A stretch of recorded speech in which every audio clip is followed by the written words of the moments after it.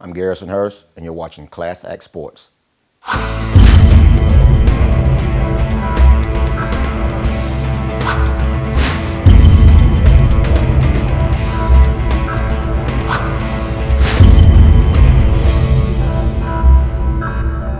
Ginsberg here with Class Act Sports, and we're joined by former NFL running back Garrison Hearst. Garrison, thanks a lot for joining us today. Thank you. Appreciate it. Talk about your transition in life after football. Initially, it's pretty hard.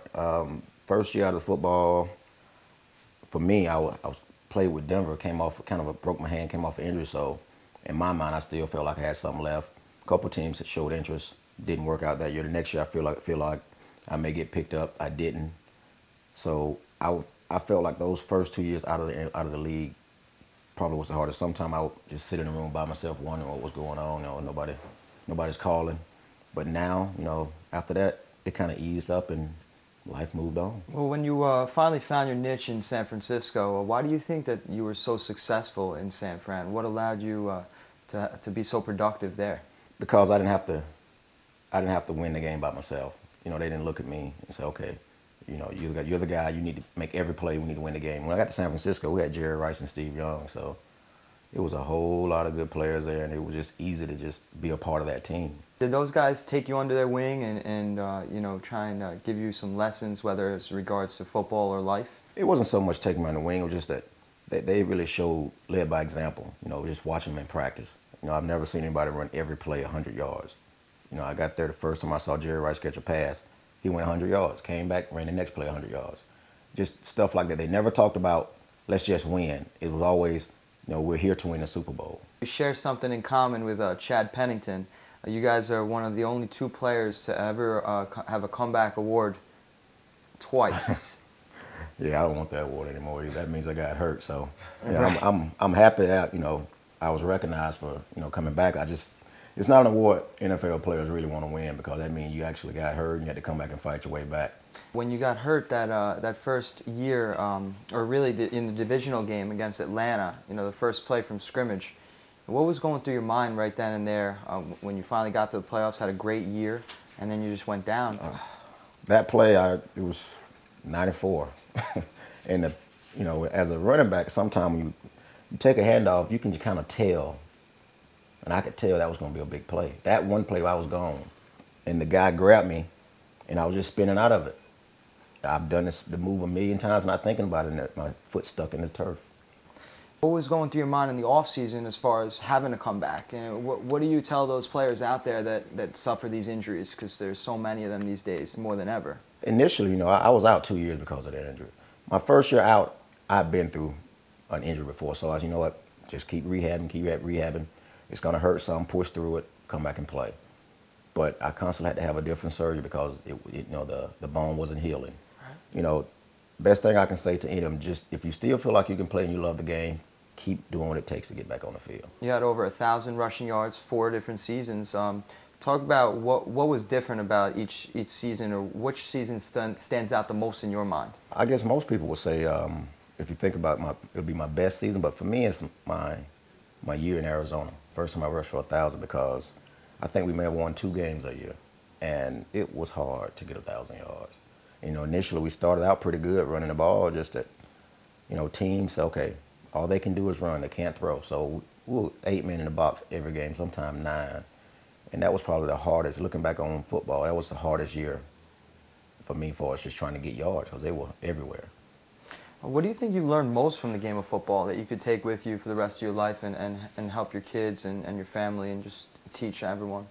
I think I take football and I apply it to life more than anything, because, in football, it's a team unity thing. And if you work hard, you see what you can get from that. And I think anytime I go to doing anything in life where I said, no, we can't quit, in football we would do this. And I may not say it out loud, but I'm thinking it.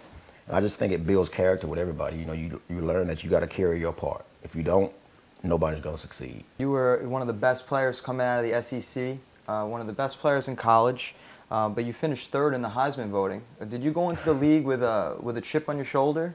No, not really. Not because of that anyway. Mm-hmm. I think anybody that wants to be good in football or turns out to be be pretty good in the NFL, they all have chips on their shoulder. You have to. You got to. You don't have to. Brag about it, but you got to play like that because everybody out there is good. So if you want to be one of the better ones, you got to. It's something. It's always something special about that guy. So I just came out, thinking in my mind I can play this game, and in order to play it, you got to play it hard. What does it mean to you to be known as one of the toughest players, one of the most resilient players in the history of the NFL? It's just what I think it goes back to how my mom and dad, how I come up with my family. If we were ever doing anything, we were told to do it hard. Never give up, don't quit.